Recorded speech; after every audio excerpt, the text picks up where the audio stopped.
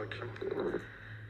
Bien, mes chers collègues, bien évidemment qu'il est essentiel de contribuer à la rénovation énergétique des bâtiments, des immeubles, des logements sociaux.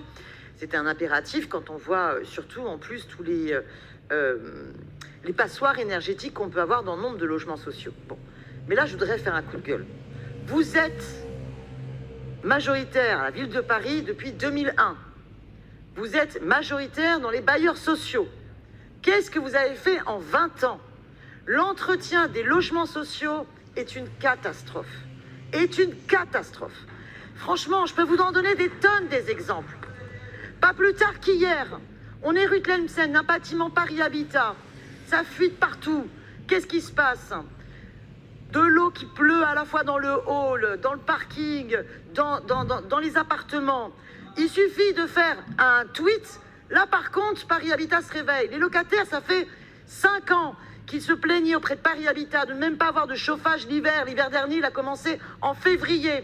La réponse de Paris Habitat est de dire « Ah, il y a eu un problème de dégâts des eaux parce qu'un locataire a fait une fausse manipulation sur le radiateur. » Or, les personnels, les locataires qui étaient présents sur place, qu'ont-ils entendu de la part du directeur territorial? Qu'il y avait eu un problème avec la chaudière centrale. Le plombier qui était dans l'appartement disait qu'il y avait manifestement un problème de maintenance du radiateur. À chaque fois, on essaye de faire porter la responsabilité sur le locataire. Vous prenez la rue Frédéric Lemaître. Là, c'est toutes les eaux usées, y compris les toilettes, qui ont reflué des toilettes d'une locataire. Qu'est-ce qu'on a dit? Comme elle était assistante maternelle, qu'elle avait jeté des couches. Sauf que les ouvriers qui étaient intervenus avaient bien vu qu'il n'y avait eu aucun entretien pendant des années et qu'il y avait des gros cailloux de calcaire qui obstruaient les canalisations.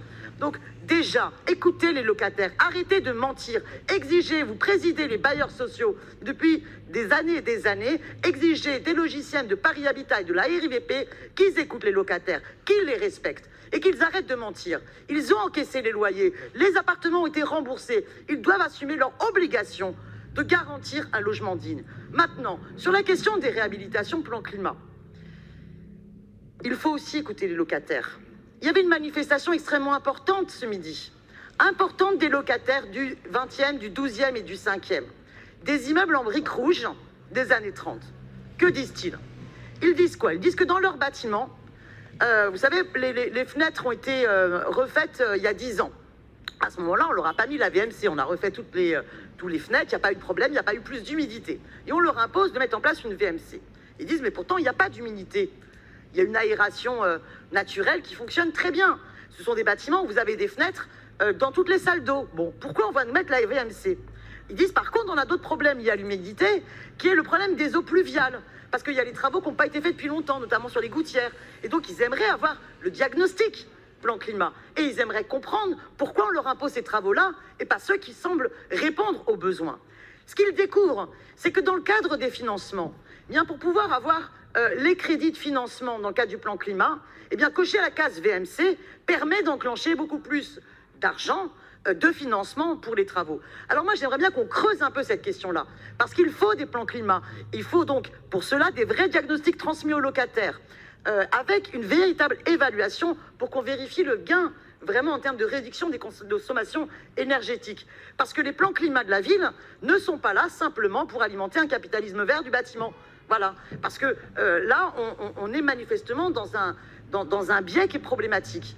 Nous devons faire les travaux qui correspondent aux plus grandes urgences et qui garantissent vraiment une utilité à la fois dans l'amélioration de la qualité de vie des logements et la réduction des dépenses énergétiques.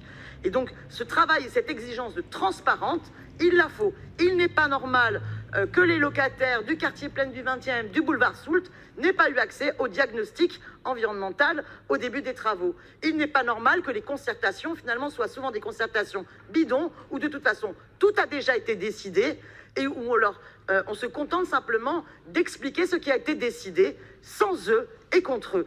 Donc vraiment, je pourrais aussi donner d'autres exemples de bâtiments dans le 19e arrondissement où les réhabilitations thermiques, les applications du plan climat, pourtant urgentes vu les situations de passoires énergétiques, ont eu un recours à une telle sous-traitance en cascade que la qualité des travaux à l'arrivée est catastrophique. Il faut absolument contrôler ça. J'ai été trop longue, mais donc mon vœu, c'est vraiment travailler avec les associations de locataires pour qu'il y ait des permanences téléphoniques, des permanences en mairie, pour qu'enfin la parole des locataires soit écoutée et respectée à Paris. Merci.